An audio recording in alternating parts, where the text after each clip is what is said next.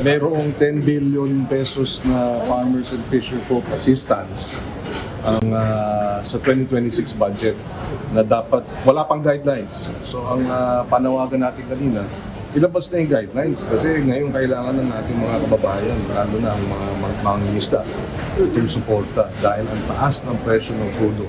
Dapat nang mabuo ang guidelines ng 10 billion pesos na Farmers and Fisher Folks Assistance sa ilalim ng pondo ng Department of Agriculture ngayong 2026. Ito ang panawagan ni Senate Committee on Agriculture, Food and Agrarian Reform Chairperson Senator Francis Kiko Pangilinan sa pagdinig ng komite ngayong araw. Sinabi ng Bureau of Fisheries and Aquatic Resources o BIFAR na mayroong higit 2 milyong mangingisda sa bansa ang maaapektuhan sa patuloy na pagtaas ng presyo ng langis. Ngunit sa kasalukuyan, 50 million pesos lang o tigta 3,000 piso ang mayroon sila na maaaring ipamahagi sa limitadong bilang ng mangingisda.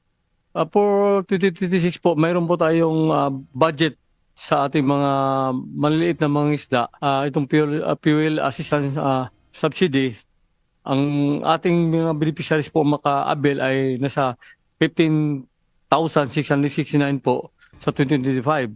But the amount of 3,000, sabi ni Sir, tama yon ni Mr. Chair na pwede po, kung pwede, ipapastak natin. Kasi right now, yung budget natin for 2026, for approval na po ng, kasi nakadeposit na po sa DBP, Sir, 15 million for our fuel subsidy.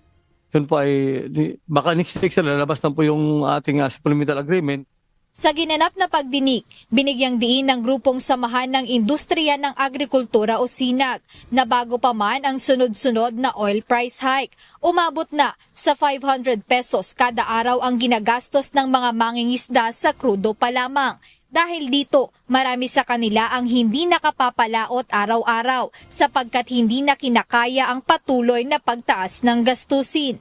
Chair, para sa competition, yung normal na 40 to 50 liters per day na palaot at 25 liters additional, ibig sabihin sa isang araw dagdag na 500. So para ballpark na lang, 500 per day. Dun sa 25 pesos na dagdag per liter. So kung tumaas pa yan, yung 25 pesos mo, lalaki pa yung 500. Pero as is right now, mapa-aqua o mapa-capture fish, ang estimate nila is 40-50 liters sila kada araw eh. So ang ginagawa ng iba ngayon, every other day na lang nagpapalaot kasi nga hindi na masusustain yung araw-araw sila para makahuli. Kaugnay nito, nananawagan ang grupong pamalakaya na tanggalin ang buwis sa mga produktong petrolyo dahil nagdaragdag ito ng 15 hanggang 17 piso kada litro sa kanilang gastusin. Sa isang social media post, ibinahagi ng isang leader mangingisda mula sa Cavite ang binili niyang krudo sa gitna ng big time oil price hike. Mapapansing hindi na niya napuno ang 4 na litrong galon dahil mula sa dating 250 pesos, biglang taas ang presyo nito sa 400 pesos na isang matinding pasanin sa kanilang hanap buhay. Giit ng pamalakaya, kung aalisin ng value-added tax at excise tax, ang isang mangingisdang kumukonsumo ng 10 litrong krudo ay makatitipid ng 150 pesos kada pagpalaot. Dahil dito, binigyang diin ni Senator Pangilinan na dapat nang ilabas ang 10 bilyong pisong pondo ng Department of Agriculture. Aniya, lalong tataas ang presyo ng isda sa merkado kung mababawasan ang supply dahil sa hindi pagpalaot ng ilang mangingisda. Kung gusto nilang matapos yung guidelines bukas, dapat pwede nang umpisahan yung So the sooner they release the guidelines, the sooner they'll be able to implement it. Pero dapat right away. Right away. Kasi ngayon nila kailangan dahil hirap eh. Tsaka maapektuhan yung kanilang pagluwas.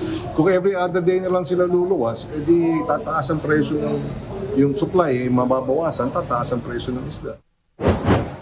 Ayon kay Senator Pangilinan, target nilang mapataas pa ang subsidiya para sa mga magsasaka at mangingisda dahil sa kanilang pagtaya, kayang magbigay ng 7,000 pesos sa bawat isa sa 7 milyong benepisyaryo sa naturang sektor.